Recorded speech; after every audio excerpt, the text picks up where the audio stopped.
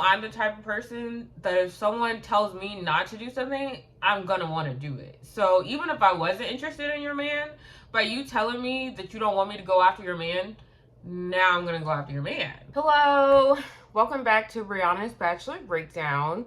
So we're here to discuss week 2 of Paradise. We had 2 episodes this week. So let's go ahead and get right into it. So we open up the morning after the first rose ceremony, and we see that Brian is giving Zoe the cold shoulder. And this really ticks her off. It doesn't set the day off right. And I'm gonna be honest, y'all. So I'm filming this on Wednesday morning. So I did take notes Monday night and Tuesday night, but some of it might be a little fuzzy, okay? Especially from Monday night. So I'm gonna do my best to plug through. But if I miss something up, just let me know in the comments. So Brian is giving Zoe the cold shoulder. They're not really like chitter-chattering, which is a disappointment for her because obviously she gave him her rose on the first night and she was hoping their relationship would continue. I did not see a connection in the first place, so I can't say that I'm too surprised.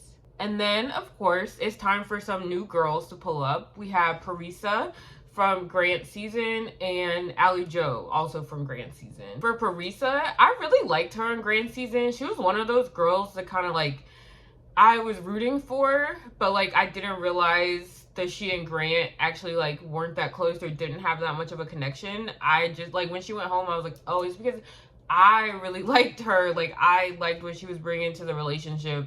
Grant did not see the same thing. So I'm excited to see her back. And then we have Alli Jo, and I just love like a Jersey girl vibe. She's very sassy. She knows who she is. She knows what she wants, and I can appreciate that because I'm the same way. So I was excited to welcome them back to Paradise. So right away, Zoe goes in and she's ready to stake her claim. She pulls the girls aside and she says, don't you even think about talking next to my man, breathing next to my man, looking at my man. And they literally just sit there like, okay. Which I think is really awkward. I'm a big believer. Okay, first of all, girls, Zoe, this is not your man. Let's get one thing straight. Y'all are not in a relationship. One rose ceremony does not a relationship make. So that's first of all. Second of all, I'm a big believer in addressing, if you're having a relationship problem and you think that like another person is the wedge in between your relationship problem, I'm a big believer in just addressing the person that you're in the relationship with, right? So if she was concerned about these girls coming in and potentially Brian showing attention to them, I think she should have had that conversation with Brian, which she did eventually. But I don't even think she needed to pull the girls because they have nothing to do with that. And that just like, I know I'm the type of person that if someone tells me not to do something, I'm gonna want to do it. So even if I wasn't interested in your man, by you telling me that you don't want me to go after your man, now I'm gonna go after your man. So that was just altogether really dumb on her part. And the girls seem to pay her no attention. Because of course, then we have Parisa and Brian click up soon after that, and they get chitter-chattering. Basic standard convo, nothing too special here, but it already seems a lot more relaxed and less forced, less stilted than it ever did between Zoe and Brian. So I, for one, am looking forward to the switch up.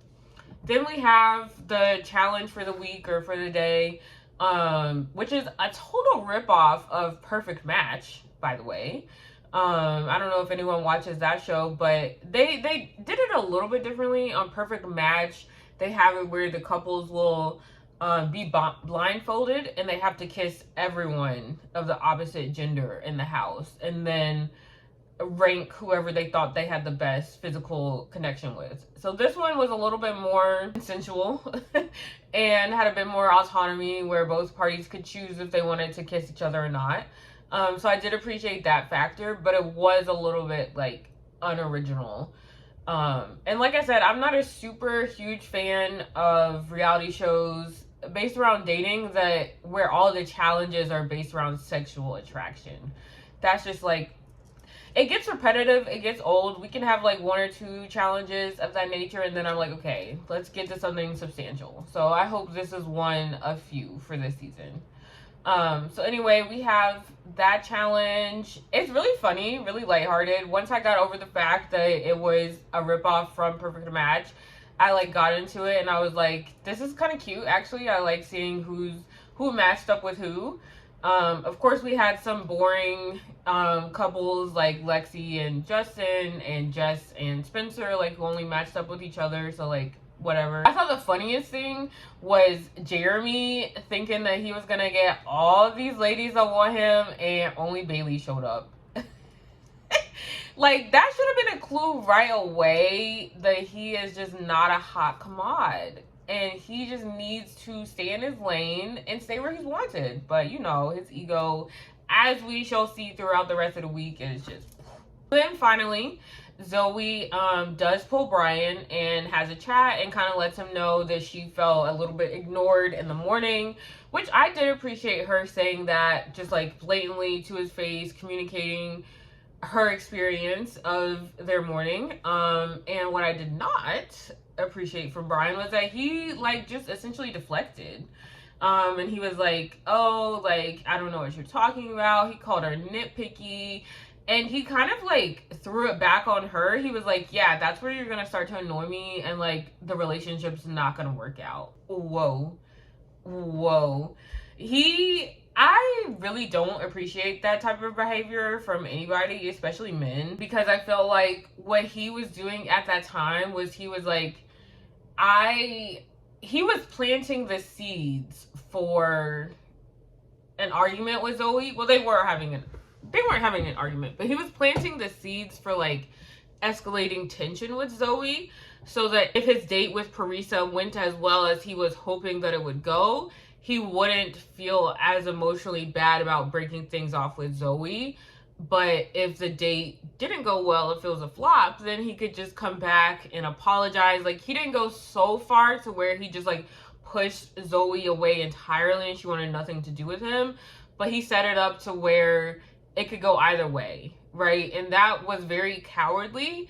And also I felt like it was very self-serving and it was very dismissive of her actual concerns, because she wasn't picking something out of thin air. Like, we all saw where they just kind of like were not really interacting in the morning. Could she have used a bit more I statements? Yes, maybe saying something like, this made me feel X, Y, and Z type of way instead of you did X, Y, and Z. That might have, you know, improved her communication, but I don't think, honestly, it would have landed any differently. I don't think she did anything wrong in addressing that situation with him. So I really didn't appreciate Brian's deflection. And then Parisa comes over and interrupts their conversation, and Brian's like, thank God, I never thought she would get away. Which is just like, okay. You know, like, if you're already feeling this way, just like let her go. You know what I mean? Zoe's already sitting in her confessionals and she's like, oh, that was so disrespectful. Like, he's such a player, like, blah, blah, blah. And I guess she was speaking out of emotion, speaking from a place of like anger in the moment. And I noticed that like in society and dating, people will expect a lot from a connection up front.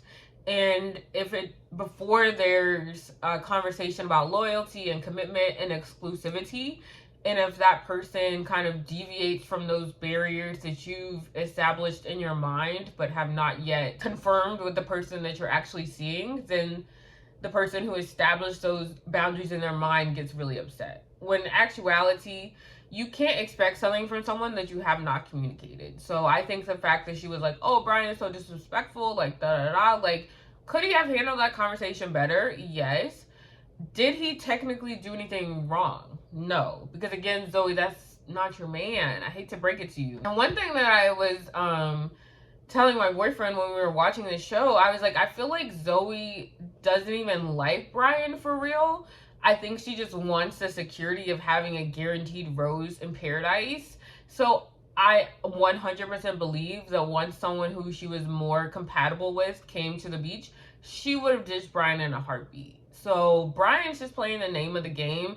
He's just being a little slimy while doing it. He doesn't want to be upfront and like ditch his guaranteed rose. So like I get where they're both coming from, but I don't think either of them has a right to be upset at the other. Okay, so then we have a double date with Brian and Parisa and Alli Jo and Jonathan. Super random pairing, by the way, so I don't even there's nothing for me to talk about with them. I don't know why she didn't pick Dale for the date and then somehow was salty when Dale didn't give her a rose. Like, girl, he doesn't know you. You did not take the opportunity to actually like spend that one-on-one time with him. So that's that. But I really enjoyed this date. They went out to like some set in Mexico where they had some locals / hired actors, and they played some games. The Wells was hosting, and the games looked like a lot of fun. I love a Bachelor date where like I actually feel myself like getting into it, just watching it from the screen. I don't want to watch the couples do the same boring thing over and over again, or just like sit down in nature and drink champagne. Like, I'm really tired of that.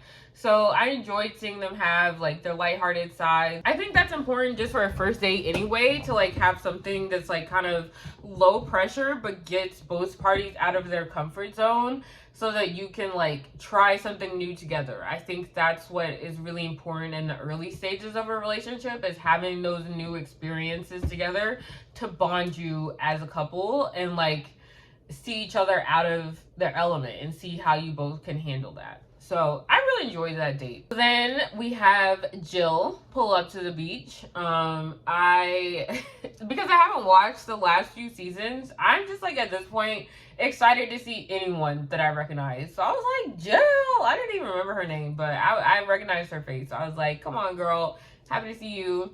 She catches up with Justin, and I love their banter. They have the same exact sense of humor. And Jill is someone that I would want to be friends with in real life. Like, I love her humor. I love all the voices she does, all the like little like all the like acting that she does. Like, I love it. She's definitely not everyone's cup of tea, and I think she needs a very specific partner, and I don't know what that person will be on the beach. Because like, skipping ahead, I remember when she went on her date with Sean, he was like, what are you looking for in a guy? And the first thing out of her mouth was intelligence. I was like, I don't know if we'll be finding that here, Buki. But you know what? She's here for a good time, not a long time. So I'm happy to see Jill. I love her little catch up with Justin while he's filling her in on tea. And then Justin transitions to a more serious conversation with Lexi, where she breaks things off with him. This seems like it doesn't come as a total surprise, because we knew she was having reservations about his recent relationship with Susie, but I honestly think that like her producers were just in her ear all day telling her like, what if Susie comes, what if this happens, what if that happens, and she just like couldn't take it anymore and decided to like break things off with him. Because what are the odds of Susie literally pulling up like an hour later? You know, like it just, I know it had like that shock factor, like, oh wow, like she really, like her instincts are spot on, like da da da da.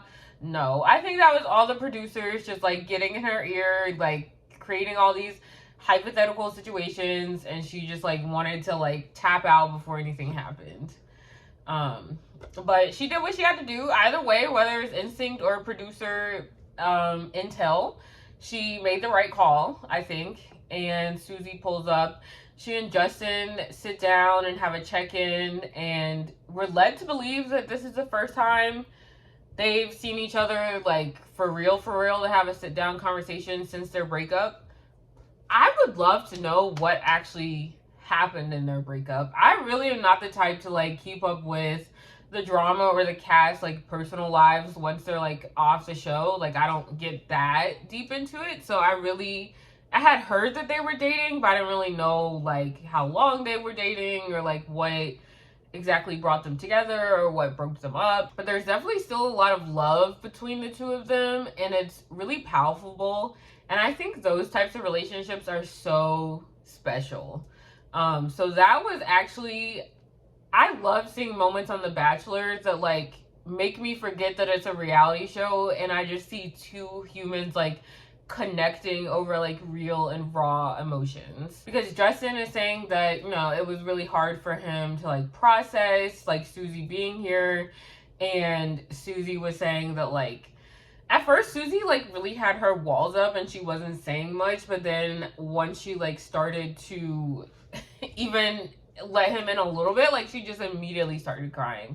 And like I know how real that is when you just had a relationship, and like my partner and I went through a period of time where we broke up for like I think 10 months, and like for the first 3 months of us being broken up, I couldn't say his name. I did not say his name out loud because I knew if I said his name I would start crying. So like I know how real that is when like you break up with someone that like you still love and you saw your whole entire life with, and then like you get that reminder of them and you're like, actually I can't. Even if the reasons that you broke up were valid, like your heart is moving at such a slower pace than your brain. So I really enjoyed that moment. Okay, so then we fast forward to the next morning, and we have another case of Zoe and Brian not chatting. This one was hilarious to me because they were actively sitting side by side, and I was like, Brian, like, you know this is pissing her off right now. But I also was looking at Zoe like, girl, why? I think she just like wanted to sit there, because I was like, girl, why are you just sitting there knowing that he's ignoring you, knowing that this is pissing you off? But I think that like part of her pettiness is that she just wanted to see how long it would last. So she was like, I'm not going to get up until he gets up because I just want to see how far he's going to take this. And then Parisa pulls up and like gives Brian a hug, I think, and they start overly flirting like in front of Zoe. And she like, I think she turns to Courtney and she's like, let's get in our bikinis. Like she just is such a petty Betty, but like not in a fun way. Like I'm here when anyone wants to be petty. Like I love it, but you gotta have some like wit and charm to it. It was just petty in the sense that like you could tell it was really getting to her, so that didn't make it fun to watch. You could tell she wasn't being petty for the love of the game. She was being petty because she really wanted Brian to like turn around and see her in distress and be like, oh my gosh, I'm so sorry, I made a mistake, let's catch up and have breakfast together. But like clearly he's not gonna do that. So then a little while later they have another chat, Brian and Zoe, and she kind of gets on him about his lack of upfront communication. And at this point, he actually does tell her, like, hey, you know what? I had a good time on the date with Parisa, which is exactly what I predicted. If the date had not gone well, he would have apologized to Zoe, but it did go well. So he now feels safe enough that he's going to get a rose where he's like, you know what? I can go ahead and trash this thing with Zoe. What I did appreciate that he was honest, okay? He did downplay like her concerns because she was like, oh, like you didn't talk to me this morning, like blah blah blah, and he just kind of like wasn't really acknowledging that or acknowledging like his role in the situation. He was just kind of like, I like Parisa, we had a good time, like blah blah blah. And like two things can be true, Brian. Like you can like Parisa and have had a good time and also have ignored Zoe at the same time. Like both of those things are true. And I just think that he was like so frustrated with Zoe and like wanted to be out of the conversation and the situation so much that I think that I could tell he thought if he had given Zoe an inch and like actually acknowledged like, hey, you know what, like I wasn't in the mood to talk to you this morning, I did ignore you at breakfast, she would have just like hounded him and just like taken it and ran with it and would not have let him out of that conversation. So I think that he thought it was safer to just downplay it and like avoid and dip and dodge the topic so that she didn't really have anything to latch onto to like paint him as the bad guy for. Because you can't really say that he's a bad guy for liking someone else. That's the name of the game. That's how Paradise works. But you can say that he's a bad guy for like ignoring her and not communicating with her. So he's not even gonna like give her that satisfaction. I also didn't appreciate that he, like, in his confessionals, he was calling her needy and just kind of like really, I think, labeling her with all the stereotypical images that women get portrayed as when we express a single need in a relationship. Wanting communication from not even a partner, just someone that we are interacting with, is not unreasonable. And so I already knew that Brian was slimy, and I was not surprised that he immediately jumped to like all these negative implicit biases that he has about women when trying to like tear Zoe down in his confessionals, because I don't think the way that she approached him made him feel comfortable to engage in the conversation. But also, I don't think the core of her argument was needy or anything wrong. I just think she was expressing a need that he failed to meet. And that's okay. So then we have Susie and Jeremy. And by the way, y'all, Susie's outfit was really grating on my nerves, okay? She had some sort of cherry yellow, like, it looked like a nightgown. I was really like, when they had the little cast meet and greet in the morning, I was like, why is Miss Susie still in her pajamas? And then she and Jeremy get on the jet skis and she takes off this nightgown to reveal a matching set of the same print in a bikini. And I was like, someone please get her a stylist ASAP. ASAP. She needs some attention, okay?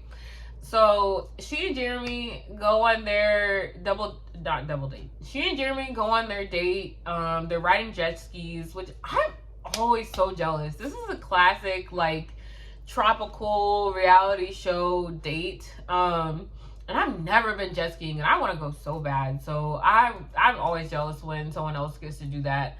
Looks like they had fun. I don't know how you could not have fun doing jet skis. So that was fun to watch. And then they just had like a very standard, you know, sit on the beach, drink some champagne, chitter chatter, nothing to remark here. Okay, so then we have Jill has her date. She decides to take Jonathan. Jonathan right away establishes it as friendly vibes. But I really enjoyed their date. They went up to like the VIP suite and they had Bloody Marys and they played Twister and they had a little smoochy smooch. But I really enjoyed it. Like I said, I think Jill needs someone that can match her energy, and I felt like Jonathan actually kept up with her like pretty well. And I thought it was a very natural like transition from like, oh, we're just friends, we're getting to know each other, to like, okay, maybe there's some attraction here, there's something else going on. So I thought it was like a very natural vibe. I really enjoyed it. And I like more of like the homegrown dates as well. Like I think watching like the jet skis, for example, is always fun to like see someone do something that like you could only do when you're on vacation. But I think it's also fun to see a couple like engage in an activity that like they could do when they're at home, because I think that gives us a slice of what a relationship could be like if they were to make it off of Paradise. And so I think they showed us that they do have like a possible foundation, the makings of a relationship that like, or a connection that could last outside of here. Whether Jonathan agrees with that assessment is a separate question. But I was really rooting for them at this moment. Okay, so then we have cocktail party before the rose ceremony. And Parisa plays an improv game with Brian. I thought it was a lot of fun. This was one time where I really appreciated like the new editing that Paradise is doing this season, because I thought it brought a lot of life to what otherwise, well, Parisa made the game fun. Brian was just sitting there like a lump on a log. So the editing really did the work for him. But I remember that was like Parisa's thing on Grant's season. She did like the Chubby Bunny game with him. I think that's why I thought her and Grant had such a good connection. So I was like, that was so much fun. But then watching this back, I was like, oh, Parisa is just fun. And these guys are just available to join in on her fun. Like she is what I like about the relationship. So they had that. Jeremy and Bailey kind of linked back up after his date. And one thing I will say, I forgot to touch on this before he went on the date, but he went and told her, like, hey, I'm going on a date with Susie, da-da-da. And she was like, cool, like, do you, like, if you want to come back and pick me, I'll be here. If not, that's your business. And I was actually, like, really pleasantly surprised about, like, how relaxed and chill she was about that, because she has not once ever given me relaxed and chill vibes. So I was like, okay, Bailey. And I think one thing that I like to, like, try to analyze a lot and look at with, like, some of my friends from my cohort, when we just, like, gossip about different people in our lives, we love to, like, try to guess what someone's attachment style is. And I felt like this gave me the first glimpse into, like, I think Bailey has a secure attachment style. And so an attachment style is essentially it's something that, like, stems from your childhood. And it has to deal with the type of relationship that you had with, like, your primary caregivers. So if you were an infant and your caregiver, like, attended to your needs when you were, like, crying, if you needed your diaper changed, if you were hungry, whatever the case may be, if they came and met most of your needs with, like, a pleasant, warm attitude, then you were likely to develop a secure attachment style, because you would intrinsically believe that, like, people are there to help you. You can rely on others when you need something. And then as you got to get older and, like, start to become a little bit more independent, if your caregivers let you go out and explore and, like, play on your own, but, like, if you fell down and scraped your knee, they were always there to, like, pick you back up and send you back into the world. Then you develop this thing of, like, okay, I can be my own self, I can explore, but I can count on other people to be there when I need them. That is the makings of a secure attachment style. And then there are 3 other attachment styles, which are, like, insecure. So there's avoidant. So essentially the other 3 come from your parents not meeting, or your caregivers not meeting your needs as an infant. So, like, they don't change your diaper, they don't attend to you when you're hungry or crying.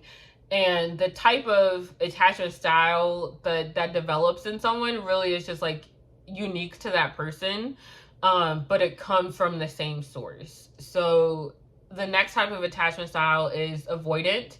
And so the people who have an avoidant attachment style quickly learn that, like, they can't rely on people. People are not going to be there to meet their needs. They have to rely on themselves.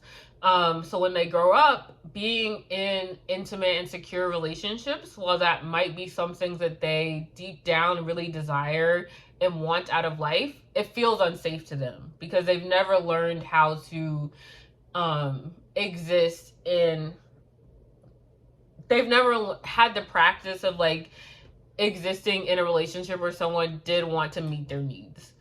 And then the next type of insecure attachment style is anxious attachment. And so that's kind of the same thing, where your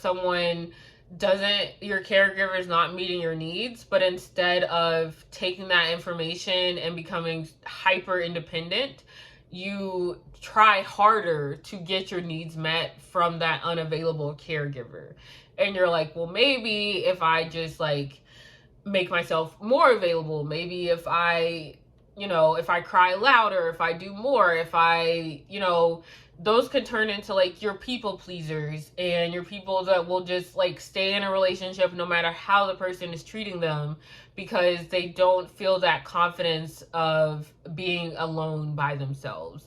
And they want to be in close relationships, and they get really, really uncomfortable when there's distance and separation in a relationship, because to them that means, oh, that person doesn't want me anymore. They've never had an opportunity to have a safe amount of separation from a loved one. And then the last one is called like fearful avoidant or disorganized attachment, which is like a combination of the 2 that I just listed. And so this can happen when, like, you it's kind of like a combo of the two. So like someone might pull someone in close and they're like, hey, like I'm so excited to get to know you, I'm ready to be in a relationship. And then once they get close to that person, they're like, whoa, who let you in? Please get out of the door, please. This is too much. And so it's like they don't know what they want. They want that relationship, they're able to like be there in the beginning, but once the person gets there, they like run away. And it's that constant push and pull, and it's very confusing for whoever is on the receiving end of that relationship. But someone who has a secure attachment style, is secure in themselves, they kind of, not that they're unfazed by these like insecure attachment styles, but they can kind of weather the storms a little bit better. They're able to like have an avoidant partner and say, okay, I'm gonna give them their space when they need it and let them come back to me. Or they're able to provide that reassurance to someone who's anxious and say, you know what, like I'm still here in the relationship, I'm ready and present to work through this, I'm not leaving you, I'm just going out for a walk. You know. So Bailey seems to be very secure, and she's just like, I'm here, ready to go. So then we also have a conversation with Lexi and Justin, and they kind of clear the air. Lexi has had a conversation with Susie that morning where she kind of expresses her reservations about pursuing Justin, and Susie is like, girl, no, like go for him, it's done, it's a wrap.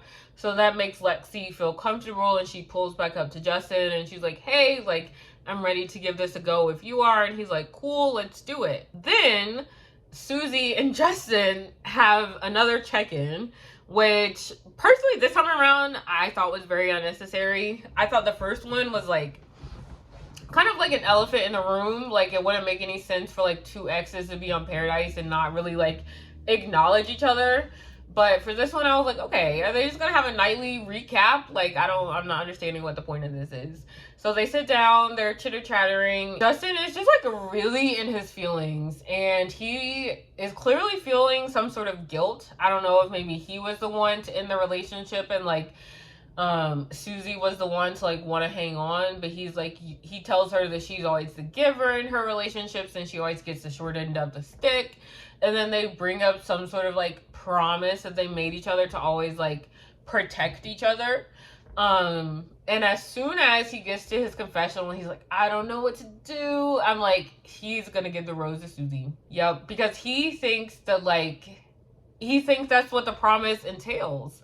When really, like, yes, they made that promise to each other, but I also think it's one of those things that like you say like, oh my gosh, we're gonna stay friends, like this relationship is not gonna change anything, the breakup's not gonna change anything, but you know it's going to, and you know it has to, in order to have a healthy separation and moving on in life. And it seems as though Justin is someone who gets really caught up in words and like really took what they said at face value, and he's like, oh my gosh, I have to live by these words. And also it seems like he's overcompensating for maybe whatever he did at the end of the relationship. And he sees this as an opportunity to kind of like show that he's like not a bad guy and that he still cares about Susie.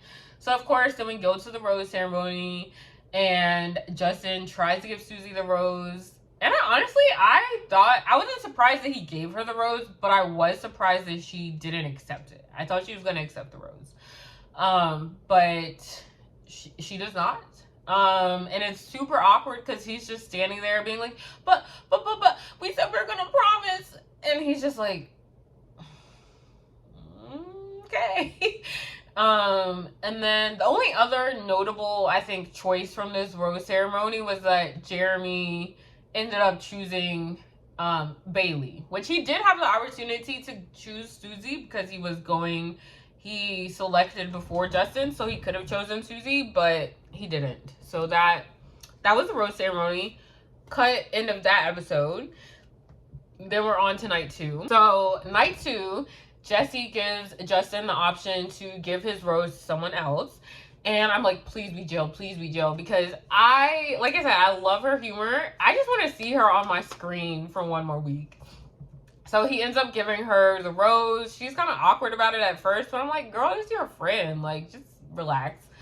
So she accepts it. I think, though, she was kind of like she knew where she stood amongst the guys and like didn't really want to have to like go through that awkward song and dance of another rose ceremony and like trying to spark another connection with someone when Jonathan already made it clear that like he was, you know, Team Alex for the moment. So I get why she was like hesitant and like not exactly like jumping up and down to take the rose, but I think she was a person that like I don't think it would have made sense to give it to anyone else. Okay, so then we have the Goldens pull up, and they are ready to rumble. They are here. They are excited. I don't have much to say about them. I watched exactly the first episode of Joan's season, and that's it. So I don't know too much about them, but I'm excited to get to know them. And then we have Andrew. Y'all, I love Andrew. If you remember me from Katie's season and the season of Paradise after that, I love me some Andrew. I literally wrote in my notes, Andrew, heart, heart, heart, smiley face, smiley face, smiley face. Oh, I love Andrew. So I'm super excited for him to come back. And he chats with both Bailey and Alex. I thought he had a better connection with Alex. So, because they were like bonding over like how they're type B. And it just seemed to flow a little bit more naturally. I felt like his conversation with Bailey, they were just talking about like her dating history on Paradise, which like it's cool. It's important information for him to have. But it wasn't really like them getting to know each other. It was just kind of like data collection. So he ends up taking Bailey on the date. They have a good time still, nevertheless. But before they go on the date, Bailey goes to tell Jeremy that she's going on the date. He does not have a secure attachment style. I'll just tell you that.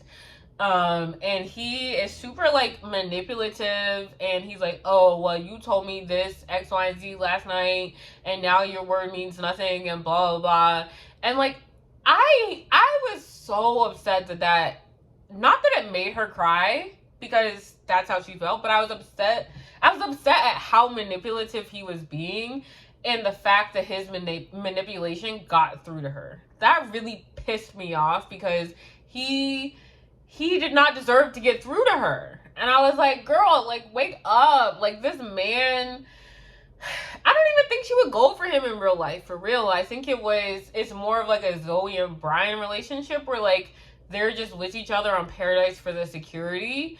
Their connection just seems a little bit less forced than Zoe and Brian's did. But like, it's still not like a love match. And I think they both know it. But Jeremy is like more upset about her acknowledging that by way of going on the date with Andrew to explore what's out there. So they have a little tussle. I'm glad that she still went on the date, because at first I thought for a moment she wasn't going to. So I'm glad she stood her ground, went on the date, had a good time, didn't really let Jeremy get in her head. But then she comes back and apologizes to him the next morning, and he does not communicate with her that last night he was crashing all the way out and being a brat. By the way, I don't know, these producers have to have the patience of I don't know what, because the way he was talking to the producer, like, get me Susie, bring Susie back. I don't know who you're talking to, but that's not gonna work. He is such a brat, and so he bullies this random producer into calling Susie, and he's like, hey, I woke up thinking about you, blah, blah, blah. Miss Girl is not falling for it, and she's like, you know what, like, no, I'm not coming back. She easily could have, I can imagine.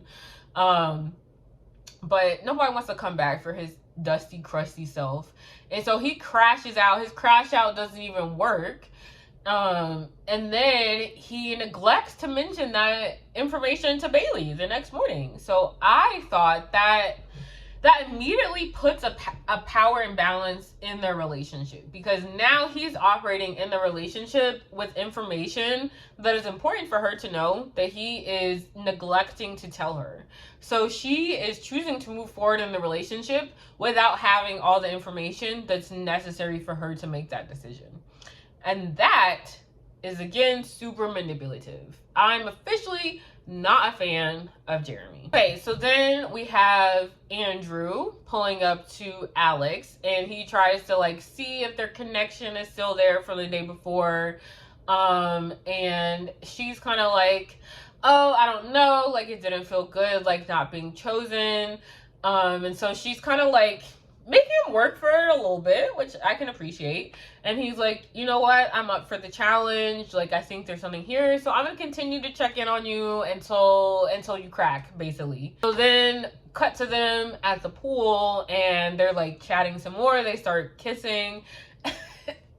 And then Alexe makes it so awkward. She's like, oh, I want my mojito. I was like, girl, like, you know what? There's a lid for every pot. And I'm glad to see that she seems to have found hers, because she just makes every moment so unnecessarily cringe. I don't know why. I don't know if it's because she's like not fully like confident in herself and her sexuality, or like maybe it's being filmed on camera. Like I don't know what it is. I don't know what it is, but it's very uncomfortable to watch. But I'm glad that Andrew is undeterred by her antics. Okay, so then we have Jill. She comes in and checks on her connection with Jonathan because she's a little startled that he didn't pick her for the rose ceremony. And this was so hard to watch. I had such like secondhand embarrassment, and also like I feel like every girl has been there before, because she was like really hanging on to when he said like, you're making my decision a lot harder. And like she said like to the camera and to him that she replayed that over and over and over again in her head, and like blew it up to where she thought it meant this. There were so many like hidden meanings in it. And it's that classic thing, which she's very self-aware, where she was like describing how it's like he gave her a crumb of affection and attention, and she just like added all these like underlying meanings to it that he like was not aware of and did not intend to like include in his statements. I felt like that could have been like, Jill really needed a friend. Okay, it doesn't seem like she's like clicked with any of the girls here yet, probably because her humor is so top tier and everyone is just like, you know, a little bit more basic, and that's okay. But this is a moment where like she really should have run it by a friend first and been like, hey, like Jonathan said this, has me feeling this way, like what should I do? Talk that out with a friend, do all the nitty gritty nitpicking, analyzing with a friend, so then you come to Jonathan ready and clear and looking a little bit less unhinged. I think she gave him the raw version of what was going on in her head, and it could have used a little bit of editing. It might have landed a little bit better. Because he looked confused. He was like, I don't know why you had that impression. That's not what I meant to say. And so like that was just like really awkward. But she let it go. She was like, cool, like not for me, whatever. And I think it was kind of a sad moment, because I think it like fulfilled her fear at the rose ceremony the night before, where she was like, dang, like it's cool that I'm getting to stay, but like I really don't know like what I'm doing here for real.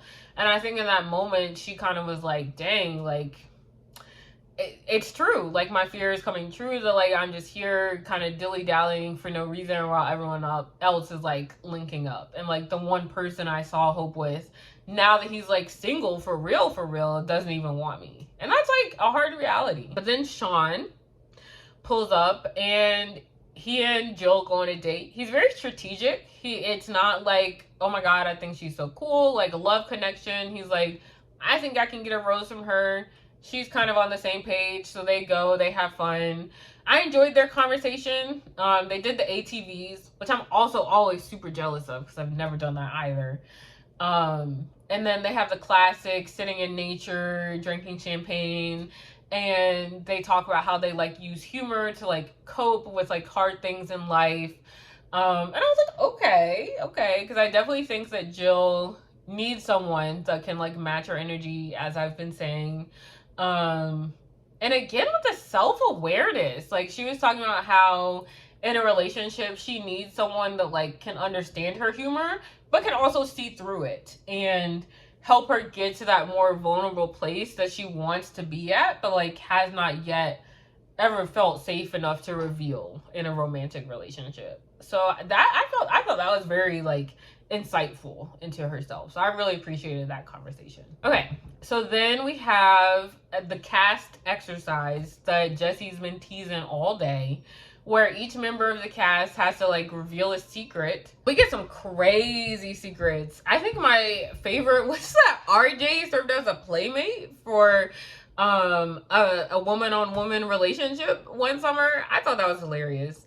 But there was one secret where someone in the cast had slept with someone else while she was in the same house as her partner at the time. We find out that that's Cassie. My boyfriend Jason and I, we were like, we know that the Goldens are gonna have the wildest secrets, and they did not disappoint. And so for her prize, she gets to go to the VIP suite. And I was a little bit mistaken, because I thought that just meant like, oh, she gets to spend the night, like she can have like a night without a roommate. But silly me, this is The Bachelor, so of course it's a date. She takes keys. Still learning the Golden's names. She takes keys to the VIP suite, and they have a good time. They're, you know, playing Never Have I Ever. They are topping up the champagne. They're swimming laps. They're sitting in the jacuzzi. Okay, they're having a good time, and I really enjoyed it. I don't know if like they're looking for love, or they're just kind of like, it seemed more so like they were just taking the night for what it is, enjoying each other's company. And I was here for it. So we have that, and then the episode ends with Jonathan doing a pretty obvious last-ditch effort with Jill. I hate when someone uses the guise of like, oh, I just wanted to check on you, I wanted to make sure you're okay, after I was the one that like, not ruined the relationship because he didn't do anything wrong, but like after he was the one that actively decided to not continue their relationship. I was like, bro, you don't care. Like, you don't care. And she knew that. And I'm glad that she, like, didn't give into it. And was just kind of like, yeah, I'm okay. Like, she took what he was saying at face value and, like, didn't really give into the emotional reaction that he was trying to get from her. And I think he could see that. And he was getting a little bit more and more worked up. And she remained calm the whole time.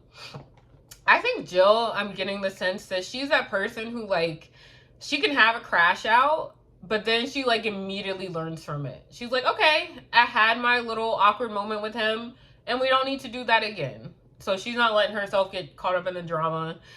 My favorite part was, like, everyone else on the, at the resort, though. Like, Andrew was sipping his coffee, and Dale and Kat were, like, eating their chips, like, that was my favorite part, because I know for a fact that would have been me. So yeah, that's where we end the episode, and I'll catch up with you guys next week.